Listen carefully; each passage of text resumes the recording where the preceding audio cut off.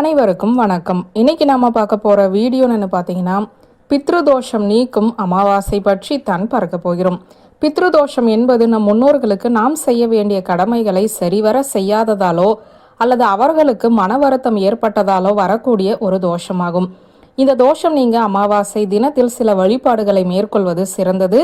நாளை அமாவாசையில் பித்ருதோஷம் நீங்க செய்ய வேண்டிய சில பூஜை முறைகள் குறித்து தான் பார்க்க போகிறோம். அமாவாசை என்று அதிகாலையில் எழுந்து குளித்து சுத்தமாகி விரதத்தை தொடங்க வேண்டும். முதலில் உங்கள் முன்னோர்களை மனதில் நினைத்து மனமுருகி வணங்க வேண்டும். அவர்களின் ஆசீர்வாதத்தை வேண்டி பிரார்த்திக்கவும். முடிந்தால் வீட்டில் ஒரு புரோகிதரை அழைத்து முன்னோர்களுக்கான சிரார்த்தம் அதாவது திதி கொடுப்பது செய்யலாம். இதில் முன்னோர்களுக்கு பிடித்த உணவுகளை படையலிட்டு அவர்களுக்கு படைக்க வேண்டிய பிண்டங்களை அதாவது அரிசி மாவால் செய்யப்படும் உருண்டைதான் பிண்டம், இதை அளிப்பார்கள். சிரார்த்தம் செய்ய முடியாதவர்கள் கையில் சிறிதளவு கருப்பு எள் எடுத்துக்கொண்டு முன்னோர்களை நினைத்து உள்ளங்கையில் எள் வைத்து நீர் விட்டு பிரார்த்தனை செய்யலாம். இந்த எள் அவர்களுக்கு உணவாகவும் நீர் குடிநீராகவும் செல்லும் என்பது நம் ஐதீகம். இவை வீட்டிலேயே செய்யப்படுபவை. புனிதமான நதிக்கரைகளில் அல்லது நீர்நிலைகளில் தர்ப்பணம் செய்வது இன்னும் நல்லது.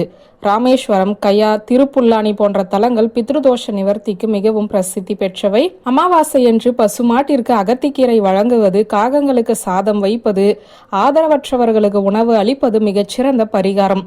இது முன்னோர்களின் ஆத்மா சாந்தி அடைய உதவும். குறிப்பாக உங்கள் வீட்டின் அருகில் உள்ள பழமையான சிவாலயங்களுக்கு சென்று 9 ஏழைகளுக்கு அன்னதானம் செய்வது பித்ருதோஷத்தை போக்கும். இதை 12 அமாவாசைகளுக்கு தொடர்ந்து செய்வது மிகுந்த பலனை தரும். குலதெய்வத்தை தொடர்ந்து வழிபடுவது பித்ருதோஷத்தின் தீவிரத்தை குறைக்கும். முக்கிய விசேஷ நாட்களில் குலதெய்வத்திற்கு படையலிடும் போது முன்னோர்களுக்கும் படைத்து அவர்களை மறக்காமல் வழிபட வேண்டும். ஆலமரத்திற்கு தண்ணீர் ஊற்றி பித்ருதோஷத்தால் ஏற்படும் தீமைகள் குறைய தினமும் சிவபெருமானை வழிபடுவது நல்லது.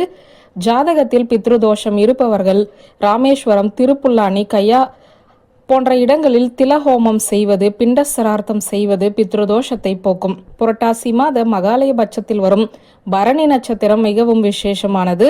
அன்றைய தினம் பித்ருக்களுக்கு படையலிட்டு வழிபாடுகள் செய்தால் எவ்வளவு பெரிய பித்ருதோஷமாக இருந்தாலும் நீங்கும்.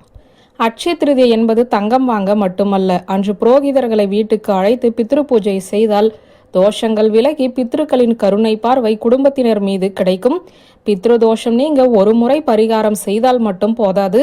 தொடர்ச்சியாக அனைத்து அமாவாசை, முன்னோர் இறந்த திதி, மகாலயம், பித்ரு தினமான மக நட்சத்திரம் போன்ற தினங்களில் தர்ப்பணம் சிரார்த்தம் செய்து வருவது அவசியம்.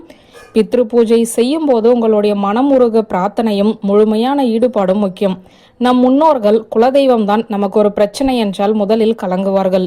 பித்ரு பூஜை செய்ய முடியாதவர்கள் அமாவாசை தினத்தில் அருகில் உள்ள சிவாலயம் சென்று ஈசனிடம் முன்னோர்களுக்காக மனமுருகி வேண்டிக் கொள்ளலாம். இந்த வழிமுறைகளை பின்பற்றுவதன் மூலம் பித்ருதோஷத்திலிருந்து விடுபட்டு முன்னோர்களின் ஆசீர்வாதத்தை பெற்று வளமான வாழ்வை பெறலாம். வியூவர்ஸ், இந்த வீடியோ உங்களுக்கு பிடித்திருந்தால் லைக், கமெண்ட், ஷேர் பண்ணுங்க. நன்றி.